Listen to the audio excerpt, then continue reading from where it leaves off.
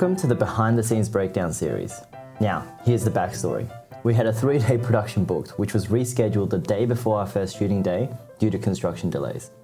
So we decided to make another short. Now, before we start, I just need to address something.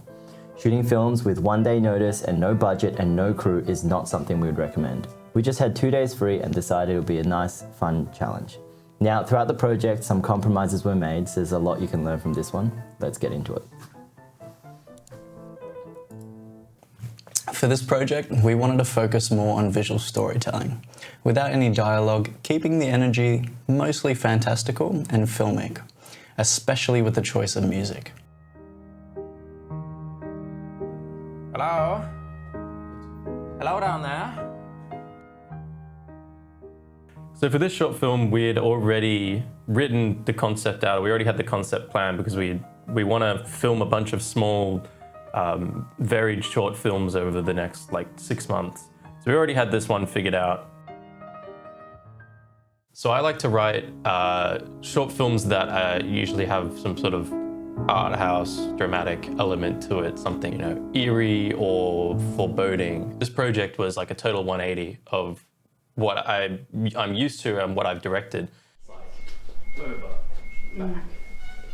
I felt it was best to kind of just go with the gut feeling. Like, we knew that we wanted it to go from this person grooving to going on this fantastical adventure, and it needed to be up there theatrically. And since that wasn't something I'm super familiar with, I decided to just roll with it and go for what felt right on the day, knowing that it was simple enough that whatever decisions we decided on weren't going to be massive deal breakers or shatter the vision or anything. The film has got plenty of movement, whether it was locked off or a controlled pan, tilt or track. It all serves the story and progresses our character's journey. We shot this film wide, but not wide open. This means instead of shooting a shallower depth of field, we chose to close off the aperture for a deeper focus. That multi-layered sun ray effect is, it's quite magical, really. Before I continue, I know exactly what you're thinking. No, I didn't forget the NDs. Our cameras have internal NDs. I didn't want to deal with focus as much, given that we had a few technically heavy shots that required a bigger crew, which we simply didn't have. Birds too would have been so good. Alright, cut it. And with such a tight schedule, sacrifices needed to be made. Personally, as much as I love the shallow look, I do have a big appreciation and respect for the deep focus look. Make deep cool again. Hashtag shoot deep again. So bad. Lighting-wise, for those park exteriors, we really only utilised the power of the sun as a backlight and reflected its love back into the talent's shadow side. If this was a commercial, I would have replaced our 4x4 poly with a 12x12 ultra bounce on the camera left for a strong wraparound, a 12x12 neg fill camera right for stronger shadows, and I'd also have the crew walk them in as I get closer with the camera for a more defined look. 3, 2, 1, action. Out, string, and over we go. So our actor, Hadrian, was new to acting. This was his first on-screen appearance. He had done some theater stuff back in the day. So it was really great to have someone new to the system and the flow of filmmaking on set and working with them as a director, because it's a challenge for me to communicate to this person in a way that resonates with them. Not past here. I'd say it has this little weird mark on the ground that I'm now rubbing out. So if you remember where it is. So my words were even more important than they usually are. I chose to be a little bit more broad with my direction. And so it worked having this character kind of wear their heart on their sleeve and just be so engrossed and involved in whatever activity they're doing. So we could kind of bring the performance up a lot and not worry about trying to bring it down to that perfect middle ground of nuance. Yeah, so it'd been a while since I'd had a previous job, and the boys offered me a role as a vacuum cleaner. I wish I wasn't really typecasted like this all the time, but sometimes it's just, sometimes I just have to get out there and do the job.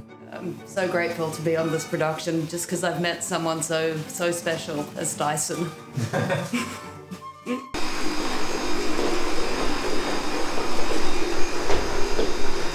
Groovy.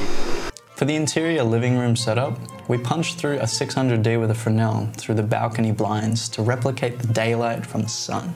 Most of the home had white walls, which is always a challenge. White-walled rooms bounce a lot of light, often making it difficult to separate the subject from the background and control your ratios. One way you can actually make a white-walled room more moody is by blacking out the ceiling or even the floor. Now, we didn't really have time for that, so we just focused on creating compositions that are interesting and letting that carry the scene. All right, wind shops. I found the most difficult part was, because this isn't usually the style that I go for, there was some sort of mental blockage of having a vision of how this thing's gonna play out. It was vital to figure out the perfect shot list. I think it ended up being a little bit more fantastical than I had originally envisioned, but that kind of worked because the whole thing was very silly, and so why try and bring it down a peg and take yourself more seriously when it's already like way up there in the goofy zone. We needed to get a rotating reveal shot for the string leading off the balcony. You can actually put the camera on a tripod, add furniture pads to the legs of the tripod, and let it slide around like a dolly.